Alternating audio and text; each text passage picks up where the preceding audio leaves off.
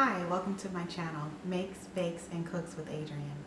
Today we will be making green seasoning, and green seasoning is a wonderful marinade made from fresh vegetables, spices, and herbs.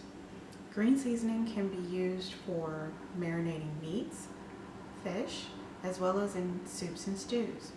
And if you're a parent like me, it's a wonderful way to add vegetables and sneak them in without your kid even knowing that they're getting that extra serving. So, let's look at what ingredients we'll be using today. We have 1 bunch of green onions, 1 full bunch of celery, 1 poblano pepper, 1 habanero pepper, 1 red jalapeno, 1 green bell pepper, 1 tomato, 1 bunch of parsley, 1 bunch of cilantro, 1 shallot, ginger, half a cup of water, 1/3 cup of olive oil, 1/4 cup of chicken bouillon, and 4 Maggi cubes. Maggi cubes can be found at international markets or oftentimes your local grocery store on the international food aisle. Okay, let's blend.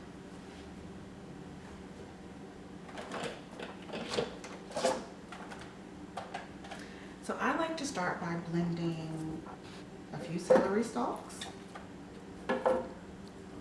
You have to be sure to blend your celery really well because of the texture of celery, and you don't want your marinade to be really stringy. So I start with just a few celery stalks and I add a little water. I'll go ahead and toss in all of the tomato.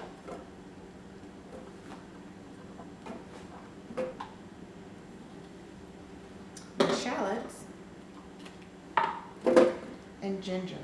A good reason it's important to go ahead and also blend your ginger in the beginning with some of your celery is because ginger can have that stringy consistency as well. So by making sure that you blend your celery and your ginger continuously throughout your mixing process, you will make sure that it's ground down nicely to eliminate any of that stringy texture. Okay. So I'm going to start the first part of my blend.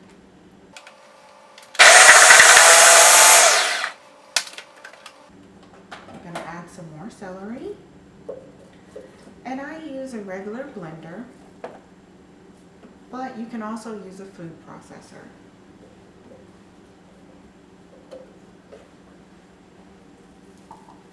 Go ahead and add in some of the herbs.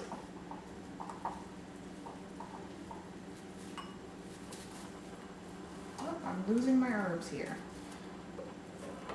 And when you start this process to make it faster and easier, you want to make sure that you wash all of your produce well, because you don't want to lose any of this goodness because of dirt or other bacteria that can be left on your produce.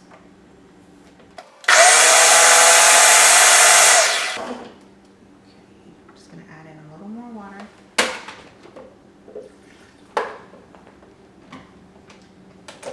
And I'll go ahead and add in some of my peppers.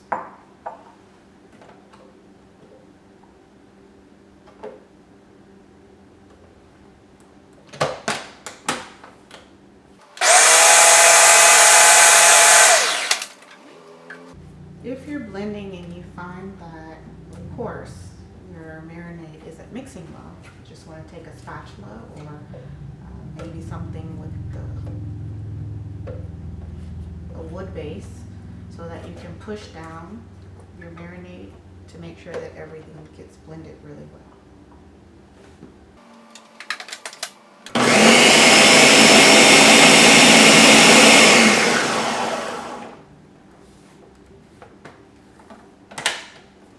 As I blend, I'm going to just continue to add in more ingredients through the top of the blender so that the marinade will just continue to mix. What you want to do is gradually add your ingredients until you have them all ground to a nice consistency.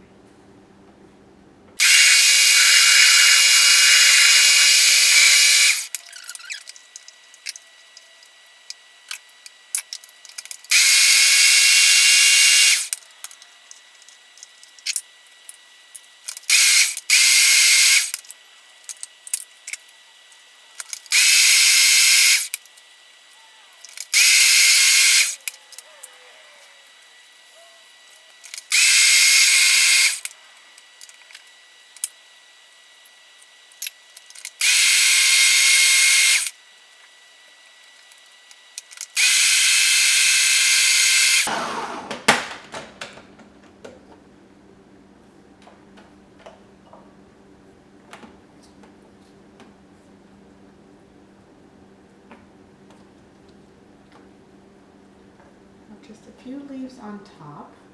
So we're just going to push everything down and give it one final blend.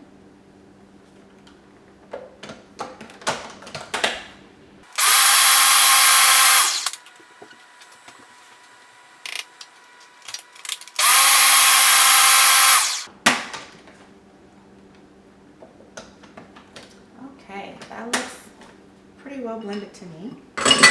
We're done with our blending process. And I have 2 mason jars here. I'm going to use these for storage. So now I'm going to just transfer the marinade to these mason jars. I like to store it in the refrigerator. It keeps for about 2 weeks and remains nice and fresh and well sealed in the mason jars. If you would like to split your marinade, you could always freeze one because the mason jars hold up well in the freezer as well. Another great idea is to pour the marinade into an ice tray and let that freeze, and then transfer those ice cubes to a Ziploc bag and take out the marinade in smaller quantities as you need it to cook.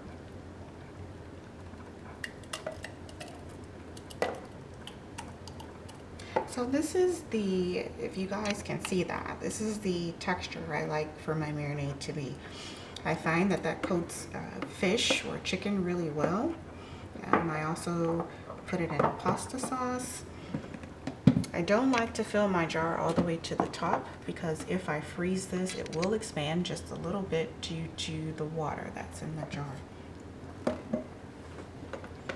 If you would like yours to be a different consistency, you can always add additional oil or water. That will not hurt the marinade at all.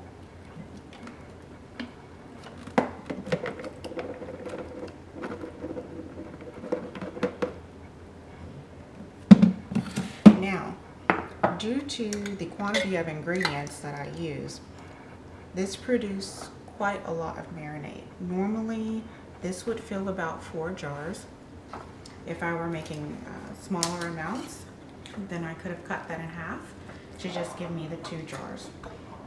If you have friends or co-workers or family that also enjoys cooking, this makes a wonderful gift because you can simply tell them that it goes on everything.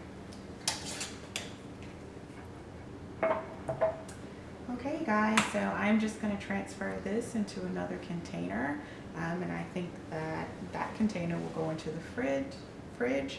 These 2 will go into the freezer. If you enjoyed this video, please give me a thumbs up and don't hesitate to join me for the next great cooking adventure with Makes, Bakes, and Cooking with Adrienne.